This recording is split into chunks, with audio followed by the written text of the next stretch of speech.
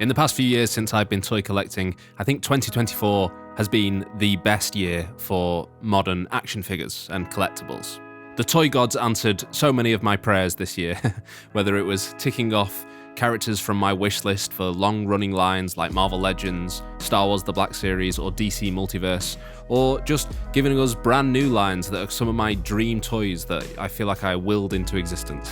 Hey heroes, Josh here from Panels to Pixels, broadcasting to you from a brand new channel, Panels to Plastic, to bring you my totally subjective, extremely weighted by 90s nostalgia, favourite toys of 2024. The lights are low, I'm hand holding this mic, the energy is nice and chilled out here. This is my new toy channel, I welcome you and let's get into it.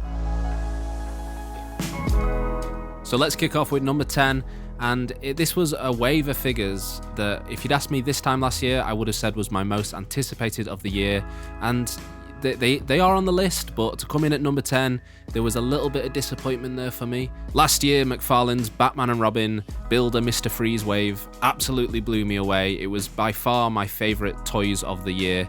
And I was extremely excited for Batman Forever. To be honest with you, Batman Forever is my preferred film of the Joel Schumacher films. I don't think that's a hot take or anything. But compared to those Batman and Robin figures, they got a few things wrong here with Batman Forever. They didn't quite get the colours right on the Chris O'Donnell Robin, the Jim Carrey Riddler, that likeness, man. Honestly, the old Kenner figure from the 90s is a better likeness to Jim Carrey than this figure. And then the Val Kilmer was an inferior version to the one that came in that multi-pack, which I didn't buy because I didn't want all those other cinematic Batmans. I just wanted the 90s Burton and Schumacher Batmans. Okay, let's go on a bit of a side rant here. These videos are unscripted, so here I go. I've seen a few people claiming that the colouring on this Val Kilmer Batman figure with the cowl and the gloves and the boots a different colour from the suit is an homage to the old Kenner Guardians of Gotham City set from back in the day, and I don't know where this came from. This is one of those things that really irritates me on the internet, where one person in a Reddit comment speculates about why something might be, and then everybody just goes, oh yeah, that's probably why, I read it, and that's what it is. But it's not right, because if you actually look at that Kenner figure, the gloves and the cowl aren't coloured that way, the belt isn't coloured that way, so I think it's fair to say that McFarlane just dropped the ball on this figure. It's not an homage to a Kenner figure. I don't know what happened, but it doesn't look as good as the one in the 6-pack version. Second rant digression. I don't really like the cloth capes that McFarlane have been doing. This like sports jersey material. I admire McFarlane's attempt to give cloth goods capes to mass retail action figures at this price point, but they don't really work for me. I would much rather have a good rubber sculpted cape like the George Clooney one had in the last wave, and that was the superior version for me from the 6-pack because it had that rubber cape. Okay, but it's not all doom and gloom, because the Tommy Lee Jones Two-Face figure is by far the standout from this wave. I've always loved that Tommy Lee Jones Two-Face costume, the wild colours, all the different animal prints, and just that, gnarly Two-Face mug. And this is a great likeness to Tommy Lee Jones in that movie. There's nothing very exciting about it as an action figure. It's a man in a suit. It doesn't pose particularly well. But when I look at this, I feel like I'm in that old Batman Forever movie. And that's, kind of what I buy these toys for. Moving swiftly on to number 9 on my list. And this one is a little bit controversial, maybe. Not least of all because Earthworm Jim as a property is controversial because of its the beliefs and the statements made by its creator, Doug TenNapel. I'm not going to go into that. This is a funny thing. This is like one of those separate the art from the artist type things. And for me, Earthworm Jim, just as a game and as like a nostalgic property, is like, it's one of the things I've had a real hard time letting go of. I love that game on the Mega Drive back in the day, and I just think the design is like quintessentially 90s. He looks so cool. So, mired in even more controversy is the fact that these toys have like a weird lineage because they were produced by a company called Premium DNA Toys, who I think were associated with a store back in the day called Megalopolis, and that went down and a lot of people lost a lot of money with pre-orders with them and things like that. And then they launched this toy company that makes these like really high price point, high-end collector's figures of niche properties. They've done stuff for Banjo-Kazooie and Battletoads, and then they put this Earthworm Jim stuff up for pre-order, and I looked at it and it was pre-ordering, the retail price was like $50 or £50 here in the UK, and I thought, wow, that's a really cool, I'd love to have the Jim from that line. but I don't think I can justify it. It is, as I said, it's a franchise that has some question marks around it and the creator, and is it really cool to kind of have on the shelf? I don't know. But then they all started showing up on AliExpress for like, I think I paid £11 for this. So, you know, like almost a fifth of the price of the retail price. And then I started looking into it more, and people were saying, no, these aren't knockoffs, they're not bootlegs. These are the actual ones from the factory. Premium DNA had issues with the factory, and you know, maybe, I don't know. There's a lot of speculation about them maybe not paying for warehousing or whatever, and there's a lot of this inventory has just ended up on AliExpress, and Chinese retailers are just trying to recuperate some of their losses, and you know, maybe the pre-orders aren't going to be fulfilled on Premium DNA's end. Anyway, I have kind of weird feelings about bootlegs. When it comes to vintage toys, obviously I think bootlegs are super cool, weird little obscurities. There are a lot of toy collectors out there who only collect vintage bootlegs of things like Ninja Turtles and He-Man.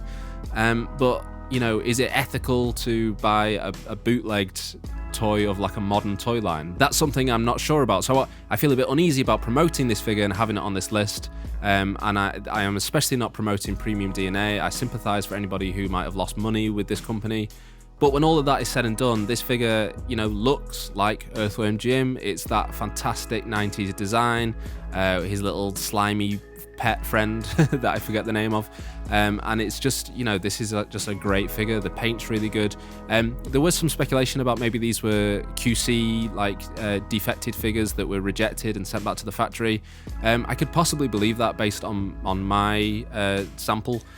Because some of the joints were a bit like messed up. I had to heat stuff up and pop joints back together, and some of the paint is chipped in some areas. There is a lot of paint on this figure, so there's a lot of like areas of failure, I suppose, where things could go wrong in the assembly line. So I don't know, putting this at number 9, maybe it was a weird choice, but I'm really drawn to this figure. It definitely has a lot of shelf presence, and also it's just kind of an oddity in 2024. You know, this was like a weird toy news story in 2024. People weren't getting these things that they'd pre-ordered at full price, and then suddenly they were showing up for a fraction of the cost on AliExpress and being delivered, you know, within a week. So I'm happy to have it on the shelf, I suppose. At number 8, we have to go to the world of Marvel Legends, and just when I thought I was done with Marvel Legends, they kind of dragged me back in. I have a love-hate relationship with Marvel Legends because I don't always think the artistry is there. I would rather buy from a smaller company that is making these kind of like more aesthetically pleasing toys rather than these kind of anatomical freaks of nature that Hasbro sometimes put out. But with that being said, they have got me hook, line and sinker with all of the X-Men product they've been putting out this year, not least of all with X-Men 97. And I picked up a few figures from the X-Men 97 line this year. This number 8 spot could have easily been taken by Cyclops. That's a fantastic figure, but I'm going to give it to Nightcrawler because it's a character that you don't see as often in toy form, and this is just a fantastic figure. Pinless joints, lots of lovely sculpted costume details. I really like the likeness that they've gone for, this more cartoony likeness. I know some people would have preferred like an old school Alan Davis, you know, kind of 70s X-Men or later Excalibur kind of likeness. But for me, the most formative experiences I had with Nightcrawler as a kid was in the 90s X-Men cartoon, and then also in the comics when he and Colossus rejoined the X-Men in the late 90s. So you get kind of artists like Chris Picciardo and Joe Mad and stuff like that. So this likeness suits me just fine. It's a perfect Nightcrawler for my shelf, for my X-Men display, and I'm very happy to have it on this list. At number 7, let's go back to McFarlane Toys and their DC Multiverse line. This is a line that has a lot of problems, I think it's fair to say. The consistency isn't there. There is some very questionable decisions being made over at McFarlane Toys with reuse and articulation and color theory and all of this kind of stuff. But when McFarlane Toys hits it out of the park, you know, a baseball metaphor there for Toddy Mac, they absolutely nail it. And for me, the classic Silver Age Penguin that came out in 2024 is just a fantastic figure. It looks exactly like you'd want a penguin figure to look. I have to be careful saying the word penguin because my wife likes to mock me relentlessly because I sometimes say penguin. Anyway, not much to say about this. It looks like a classic comic book version of the Penguin. It's a very ingenious retooling of the Arkham City Penguin. I think you'd like the lower legs and most of the body. And then it's like a rubber overlay for the tailcoat. That face sculpt is absolutely fabulous. I love that long nose. I love the folded up umbrella. And it makes me want to put together a Silver Age Batman Rose Gallery with the new Joker that just came out, and maybe I'll go back and pick up that Riddler, the buff Riddler. Moving swiftly on to number 6, and it's another Marvel Legends, and it's another late 90s X-Men character. It is Cable, and this kind of was on a lot of people's wish list because it's that Marvel vs. Capcom 2 look. For me, I didn't really play a lot of Marvel vs. Capcom back in the day. For me, this is like very much that late 90s comic thing. Cable's look was changing all the time in the comics. For me, this is like the cover of Astonishing X-Men issue 1, the 1999 series, which I had as a kid. And this will fit right in along with my late 90s X-Men team. This is kind of standard Marvel Legends fare in terms of the kind of build and the articulation and stuff like that, but I do think they got the colours just right, and then of course that face sculpt is absolutely phenomenal. One of the best Cable face sculpts ever put to toys, and there have been some good ones. I think the kind of Rob Liefeld style one that they did in Marvel Legends a few years back holds up really well, and even the Toy Biz ones have a certain charm about them. My only complaint is that he didn't come with enough guns. He should have had huge, BFGs and the is it called the scimitar, spear type thing. More weapons for this Cable would have been good. That is what the character is known for, is the huge arsenal of over-the-top weapons. So, other than that, a fantastic figure. My favourite Marvel Legends of the year, as it turns out. And number 5, another McFarlane DC Multiverse figure. I'm as surprised as you are. And this one has to go to Azrael in his Batman armor from Night's End. That lovely candy red and the gold. It's just mwah, chef's kiss. And it doesn't get much more 90s than this. The huge mechanical kind of winged or taloned capes, and those things are spiky, man. They will jab you in the hand whenever you try to pick this thing up. I, like all 90s Batman fans, I'm a huge fan of the Nightfall kind of saga, which includes Night's End, the conclusion, and it was only in that last issue that you saw Azrael in this armor with the blue paint, kind of burnt away in the flames, and this red color revealed, showing him to be this kind of like antithesis of Batman, who had returned in the classic blue and grey costume. And I think a lot of people were upset with this figure that the blue and grey version, which is more kind of iconic and seen more throughout the series, was the platinum, the chase version of this figure, and it was harder to get hold of. But for me, this figure is displayed alongside that Nightfall blue and grey Batman. I've got them facing off against each other, and I like the contrast, I like the red. It also reminds me of the old, the Kenner figure of this armor back in the day in the Legends of Batman line. Unfortunately, I wasn't ever able to get my hands on the first Azrael Batman armor that McFarlane put out a few years ago. It was really hard to get in this country, but as far as consolation prizes go, this is a pretty good one. And number 4, one of my dream lines that I never imagined would come true this year is a kind of mass retail, modern, highly articulated Simpsons line. And I was really pleased when I found out that Jakks Pacific was getting the license and they would be putting stuff out akin to the amazing Sonic the Hedgehog and Mario figures. I don't collect those lines, but I always kind of watched on the sidelines and was really envious that you could go into like a regular toy shop and for like half the price of a Marvel Legends figure, you could pick up an articulated Sonic figure, and those figures have a lot of fans. So when it was announced that they would be doing Simpsons figures in the same vein, well, I'm a huge Simpsons fan, and I was really pleased. Back in the day, I collected Playmate's World of Springfield line. I had a ton of those figures and I sold them when I was a teenager. And I kind of, over the years, I've been toying with the idea, should I maybe start picking those up again? Should I go back to the old Mattel figures, the original ones? Even when Super 7 were doing the Ultimates, I was like, should I pick one of those up? The only one that ever really appealed to me was the Bartman. And so all of that rambling aside, representing the entire Simpsons line from Jakks Pacific, I'm putting in Bartman at number 4 on this list.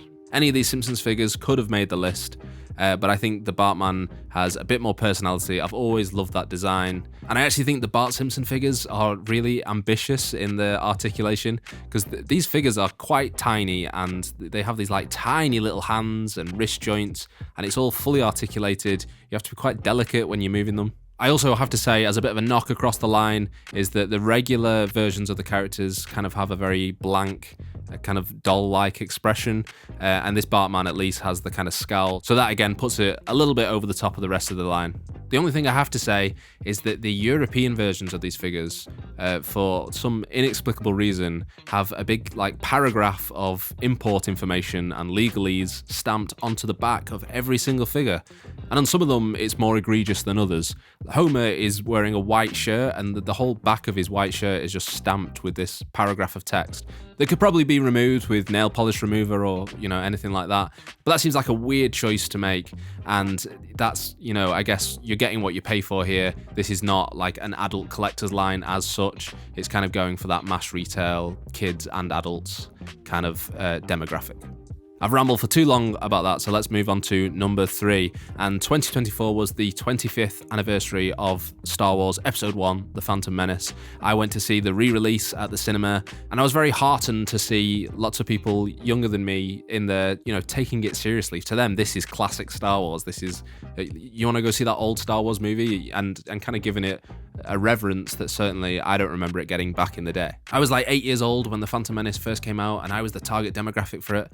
And I remember going to see it with my older siblings, and so going to see it now as an older, wiser man, it was lovely. And so my love for The Phantom Menace kind of reinvigorated. I snapped up the Star Wars, the Black Series, Anakin Skywalker, this little Jake Lloyd. And you may be thinking putting this at number 3 is a weird choice. I admit my personal biases are kind of leaching in a little bit here, because I had the original of this figure back in the day, you know, the 3.75 inch figure back in 1999, and I love that thing, along with the Jar Jar and the Darth Maul and the Qui-Gon.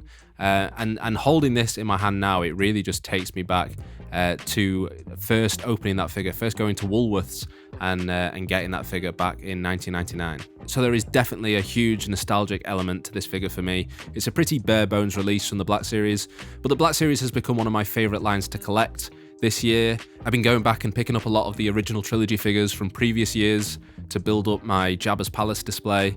But this figure, it looks so good. I have him right there alongside my Jar Jar Binks, which I think is one of the best figures in the Black Series, and it does look so good. I love Jake Lloyd, man. To me, he was a hero when I was a kid, and I looked up to him. He was like, you know, this kid the same age as me in Star Wars. How cool is that? He's had to deal with a lot of stuff over the years, from fan reaction to kind of mental health problems. Although I recently read an interview with his mum, and she says that he's in a good place at the moment, doing really well, and that just makes me happy. And number 2, I have to talk about Mattel's 30th anniversary Street Sharks line. This was my absolute dream line. Again, if you'd asked me last year what would be my most wanted toy line, it would be Street Sharks with the articulation of Masters of the Universe Origins. I've been crying out for this. And I'm as surprised as you are that this isn't number 1 on my list, but we'll get to that in a second. Representing the Street Sharks here, I've picked up every single release that they've put out, so it could have been any of those figures, but I've had to go with Streex. Just that 90s colorway, that fantastic tiger shark design, the kind of pearlescent real feel skin, and then the gimmick of the rollerblades. It's just a really fun figure. It poses really well. It just has that absolute 90s tood in spades. My favorite of the brothers back in the day was always Jab, the hammerhead, but I've gone with Streex here. They all look so great on the shelf together, and I'm so happy, so excited to see where this line goes. But beating out the Street Sharks, an absolute upset here. I could not have foreseen that anything would beat the Street Sharks, but it's Nacelle's Biker Mice from Mars line. And this figure line came from nowhere. Nacelle, you know, a new company, Biker Mice from Mars, a property that I didn't think would get a revival in 2024. And it's just come out of left field and absolutely blown my socks off. These figures are so good. I ordered them on a bit of a whim just to see what they were like, and they outweighed every expectation I had for these figures. Each of the 3 mice has a completely unique sculpt. They're all different heights. They're scaled to go along with your kind of NECA Teenage Mutant Ninja Turtles and that kind of thing. They are of a similar build quality to NECA's stuff. They've got loads of paint, loads of detail, tons of accessories, so many accessories that I have to keep the boxes because I have nowhere to put all the accessories that go with these figures. If I had to single out one figure to top this list, I'm going with Modo. He just towers over the other two. You can kind of get him into a really cool hunched over, big friendly giant kind of pose, and he just looks so cool. He's got that asymmetric design with the eye patch and the bionic arm and the colors with the purple, of course. Just a fantastic looking figure. One of the things that really surprised me about these figures was the kind of import quality joints. Everything is super buttery smooth. They pose great, they photograph really well, and they're just, really fun to play around with. I love buying action figures, but I have to say, it's very rare that you get something that kind of just shatters your expectations and just makes you, so happy. Usually it's like, oh yeah, I'm anticipating that thing, I've got it, and maybe it's as good as I hoped, or maybe it's a disappointment, and it goes on the pile, and you move on to the next thing. But these came, and I was just obsessed with them. I was really, really pleased with them, and I've been kind of chasing the dragon on these ever since. I've been looking at Nacel's other stuff. They've got the cowboys from Mumessa kind of coming out at some point, and I've been like, oh, maybe I'll get those because I want that high again of opening these Biker Mice from Mars figures. They are that good. It's also worth mentioning that Nacelle are doing a whole Biker Mice from Mars revival. There's going to be a new cartoon. There was a 3-issue comic series that came out this year through Oni Press, and I picked up those comics. So yeah, just they are getting an unprecedented amount of love and affection, and I think they deserve it because these figures are top quality. So those were my favourite action figures of 2024. And don't forget to subscribe to Panels to Plastic, the brand new toy channel from me, the creator of Panels to Pixels. And if you're looking for something to watch next, I'm going to put up a card for my dream figures of 2025. These are the figures I most want to see get made. As I said, my prayers have been answered this year with Street Sharks and Batman Forever and Simpsons and Biker Mice from Mars. So let's go even bigger in 2025. Let's see what else we can cook up.